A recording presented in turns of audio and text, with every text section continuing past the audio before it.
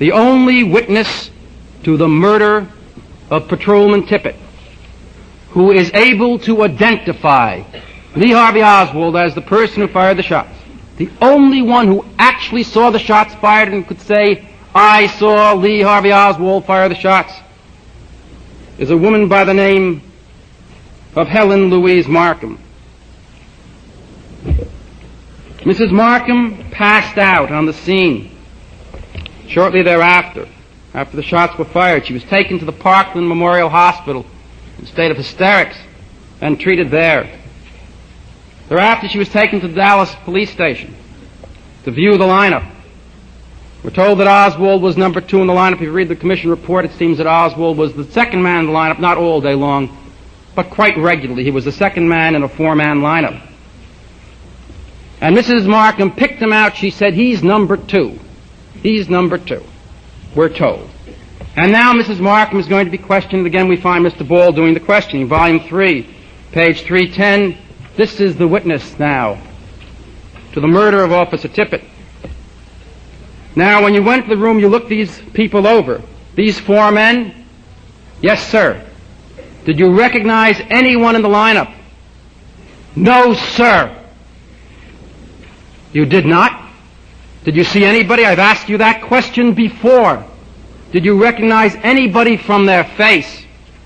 From their face? No. Did you identify anybody in these 4 people? I didn't know nobody. I know you didn't know anybody, but did anybody in that lineup look like anybody you had seen before? No. I had never seen none of them. None of these men. Not one of the 4. Not one of them. Not one of all 4. No, sir.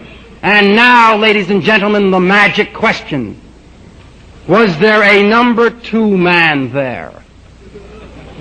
Mrs. Markham, number 2 is the one I picked.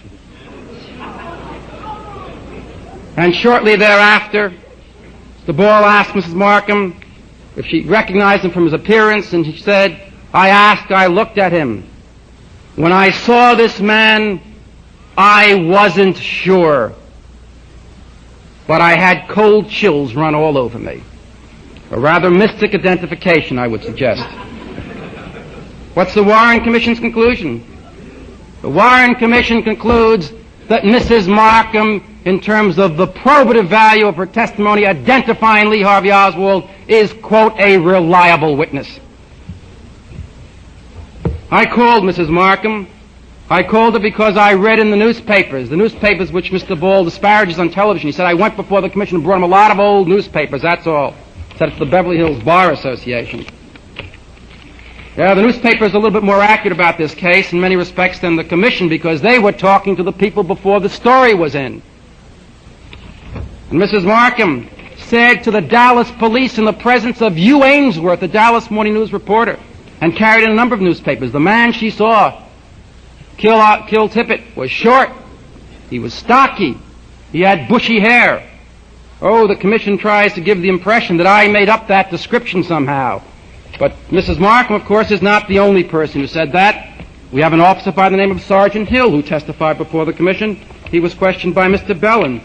He said he had heard on the Dallas radio that the person who shot Officer Tippit had brown, bushy hair, was 5'10", and about 160, 170 pounds. And then Sergeant Hill of the Dallas Police reported, Volume 7, he said further, when I reached the scene, an eyewitness walked up to me and gave me a description of the man, about 5'8", about 170 pounds, and he had brown, bushy hair.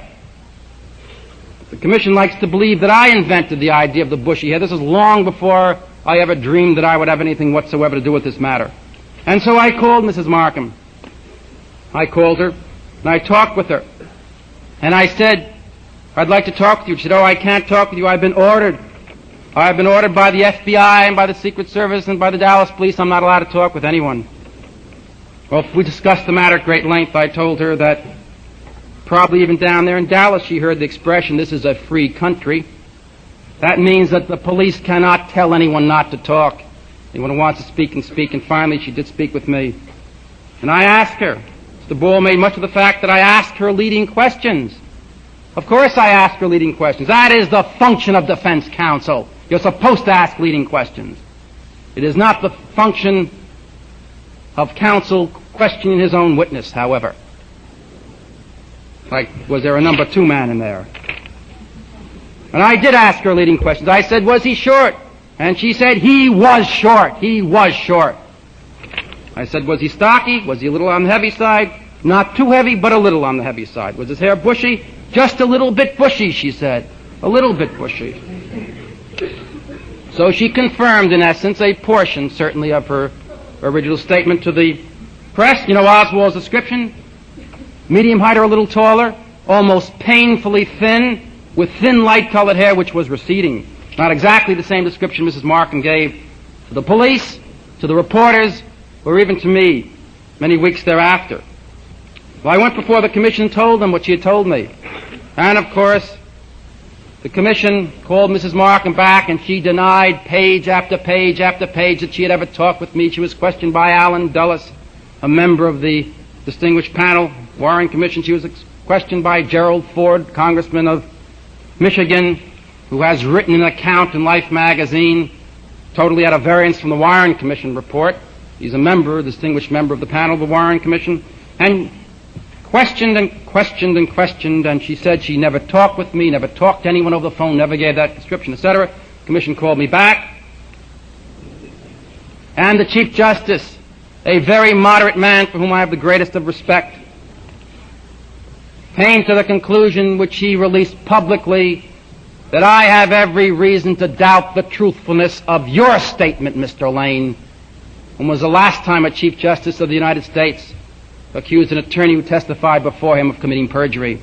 I asked the Chief Justice and the Commission to take my testimony and Mrs. Markham's testimony and submit it to the United States Attorney's Office for prosecution for perjury, and let a jury of my fellow citizens determine who was telling the truth. Of course, the Commission declined to do that. I was rather confident about that, because I have a tape recording of that conversation with Mrs. Markham.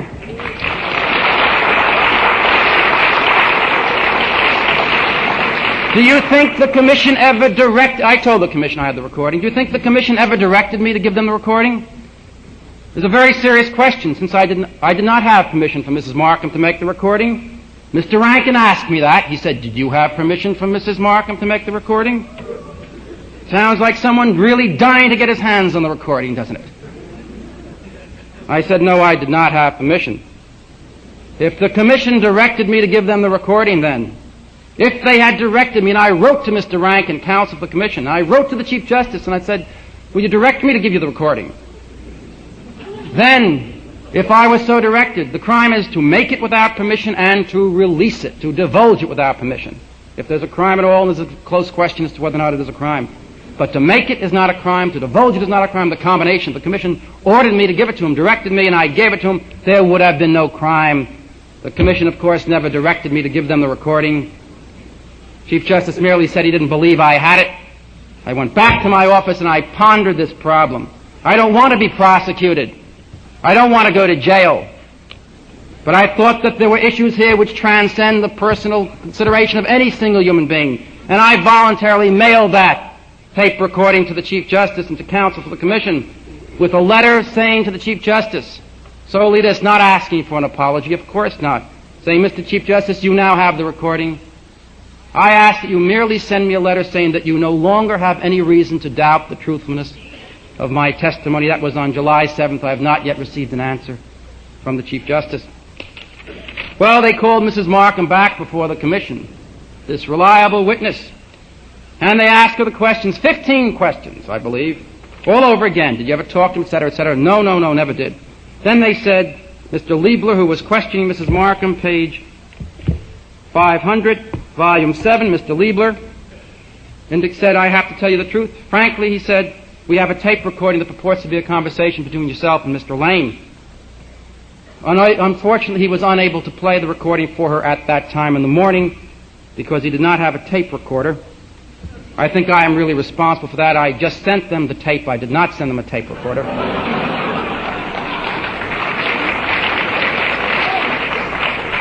But the full force of government went into action, and by that afternoon they secured a tape recorder, and they played the recording for Mrs. Markham, and she heard it, and there they started to play it, and then she interrupted at one point. Page 501. The first time she interrupted, Mr. Liebler said, "Let's stop the recorder. What do you mean to indicate by that?" Quote, "This man I have never talked with.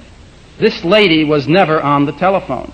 Ponder that one for a moment. This lady was never on the telephone. If that's her voice, she was on the telephone. If it's not her voice, how does she know? Well, in any event.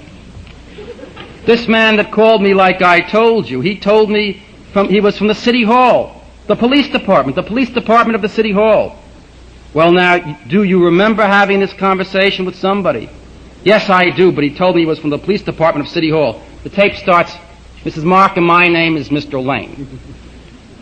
And he had to get some information, a little more information from me, etc., etc., etc. And then Mr. Liebler said, "Do you remember specifically when the phone conversation took place, etc.? Now, did he tell you it was from the police department?" "Yes, sir." And Mr. Liebler says, "Now, on this tape recording right here, this man is asking you what the police did." She said, "I know it." Mr. Liebler said, "He said the police took you in your affidavit?" And her answer was, "That man, I have never talked to that man. I talked to a man that was supposed to have been from the police department of City Hall. Do you recognize this as the voice of the man you talked to?" "No, it is not." "This is not the same voice?" "No." "How do you explain the fact that the woman's voice on this tape recording is your voice?" "I never heard that." "You never heard the man's voice before?" "And I never heard this lady's voice before. This is the first time." "Do you have any doubt in your mind at all that the lady's voice on the tape recording now is your voice?" "It is my voice, but this man told me he was from the city police." And on and on and on, and finally, he told me he was from the police department, and this lady never talked to me. Which lady is that? On the tape. Which lady on the tape? It was a woman talking. The lady's voice that was talking on tape here? Yes. I thought that was your voice. Not at the first there. The commission concludes, in terms of the identification of Lee Harvey Oswald, Mrs. Markham is a reliable witness. Well, Mark Twain once said, "Whoso, clinging from a rope by his hands, severeth it above his hands, must fall, it being no defense to claim that the rest of the rope is sound."